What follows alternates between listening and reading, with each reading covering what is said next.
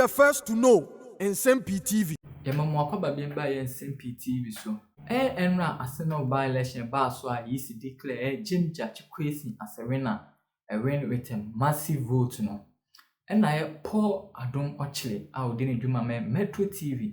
A good evening Ghana Dumedino. Enra our brand by election cost no I no phobi.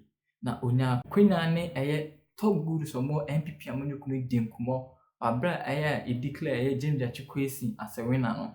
And sema mpanifo atitire omo MPP amonu kunu di two dan say NDC for no mafa kwati kwan so omo aliwe no ase omo de omo hwim seat no omo hwim ana omo asaje ama Jim Judge Quayson ene say omo so abra na by election beba so no na NDC for no ba nkura ne nkurukuru na wo asena of no the campaign kotodwa ensema omo ka che electorate na ne say samoto amaba ne ma NPP candidate Chaso Poku a Parliament no MPC no MPP be ebenya upper hand ebasa omo approve LGBTQ+ no say bi obema ne bema aware ene oba ne oba aware no omo gi atum ebasa no so bo electorate ni hu bo asenofo no hu ene ma NPP fo na nkasa mu kura omo asenofo no omo to omo aba ma Jim Judge Quayson na Nsem-Pii no muri tu dwa mesese be konya kotie ensema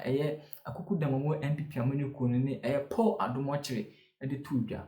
The NDC are confident that you cannot close a 13,000 gap with the polling stations. One, they used sympathy votes.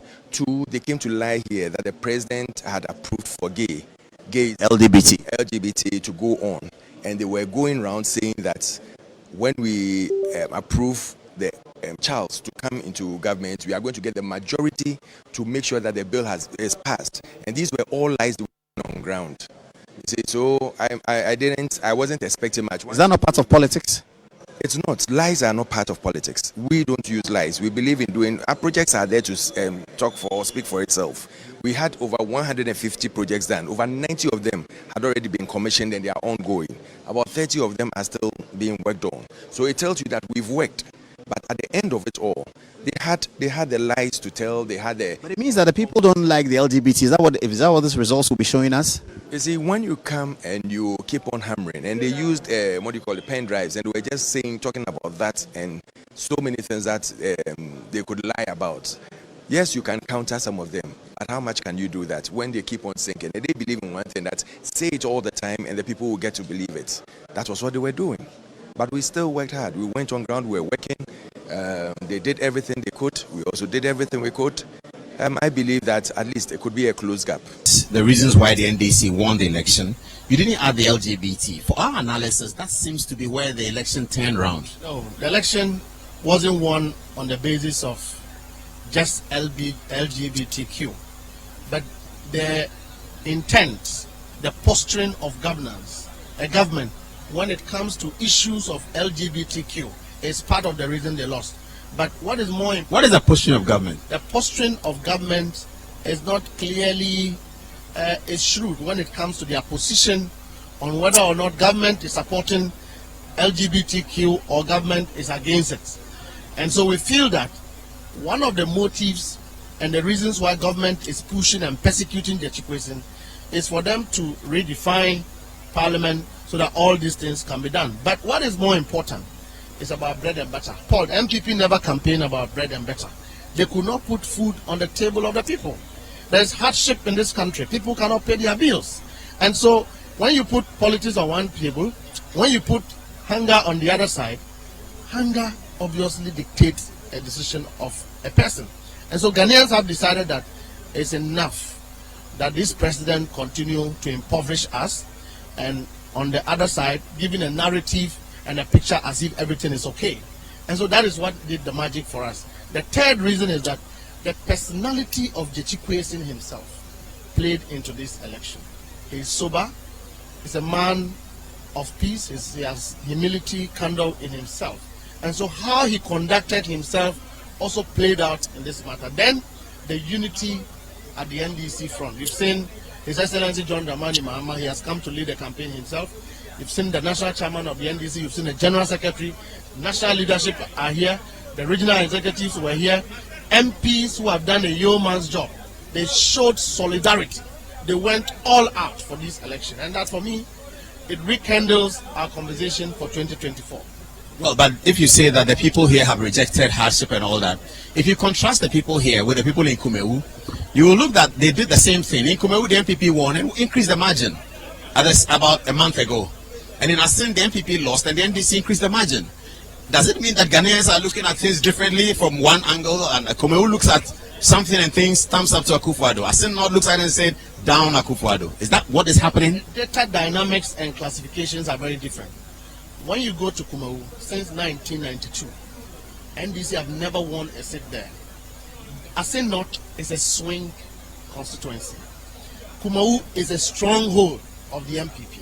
And so they would, comfortably win a seat there, even if they don't do much work. But Asin North is what determines the strength of each of the political parties. So an opposition party against government machinery, they had resources to their disposal. We won against them. And so this is what really determined the balance of effort that went into this election, not Kumewu. Kumewu is their stronghold, but we still did better. They increased by 204. We increased by 1,000 and over. That should give you the gravity of the effort that we put into the two by-elections. For me. But from the last election, it appeared clearly that Quayson is very popular here, and actually more popular than John Dramani Mahama. In 2024, obviously, Quayson will be on the ballot. John Mahama will be on the ballot. What is this? Something going to change in the presidential? Is this victory going to get something to change at the presidential level? The people love Quayson. They voted for him. He will go back to them and campaign for His Excellency John Dramani Mahama. Number two, the damages this government have caused Ghanaians right after 2022 is so enormous, Paul, that to tell you. Was it too late for the MPP to counter that, for Charles Opoku to go and say, I don't support LGBT, I believe in family values? That was it too late? So it's back and forth. Or is it that the MPP just didn't bother to look at that? Potentially, it was as though like the allegation wasn't worth engaging. So in a sense, because it was allowed to perpetuate largely through the masses, perhaps it played a role. It brings to mind, for example, Sam George's concerns against his opponents in the primary, saying that apparently his opponent was a potential LGBT financier. If these narratives are allowed to proliferate, apparently it seems as though they have the opportunity to do damage. Maybe that's what happened. So that in going forward, should the MPP say, we are also anti-LGBT, we don't like LGBT, if that conversation goes around the country, is it going to then reduce the NDC's campaign portfolio? Maybe not, but while we're on the grounds, what we're hearing really suggests that a lot of Ghanaians are actually against the LGBT thing. So if perhaps the MPP can raise their diplomatic communication on the whole LGBT thing, perhaps it would raise the engagement in terms of MPP versus NDC. What more are they doing than standing against LGBT values? That's a conversation to be. So if LGBT was not part of this elections, could the outcome have been different? Could it have turned on something else, whether development, whether roads, whether courts? Could it have turned on something else, do you think? From what we were hearing on the grounds and the kinds of slogans we were hearing as we were going around, it looks as though if the LGBT thing hadn't come in, perhaps things might have gone differently. Perhaps, because the slogans were really strong. So it's not as though it was a small issue. It looks as though it was a big thing. The public support for him. The second one is a bit more interesting in terms of an apparent concern raised against the opponent, Charles Opoku, that apparently if he was elected into parliament, he would work towards torpedoing the Comprehensive Family Values Bill, aka the anti-LGBT bills. That balls to support, because on the grounds while we're there, we saw a lot of people saying that a vote for Quayson is a vote against LGBT. They were using less decent language, so I'm sort of paraphrasing what they said. And apparently that sentiment was really strong. It was as though voting for Quayson was sort of stamping your concerns, your cultural values down as a Ghanaian. Perhaps that narrative, whether or not true that that's what Charles Opoku was going to do, played a role potentially in his situation. And that's interesting. Yeah, Ibrahim, in terms of the voting here, the people who are voting, are they NDC people, MPP people, or you find that there are floating voters in there? So there are NDC, of course, NDC and NPP voters who are the majority.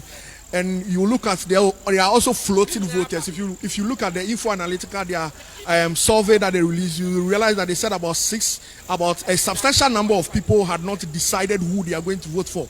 I think that this number of people probably decided where the elections should go. So earlier I was doing some research about the constituency, and I was told that in this constituency, they look at personalities more than political parties. So it is more of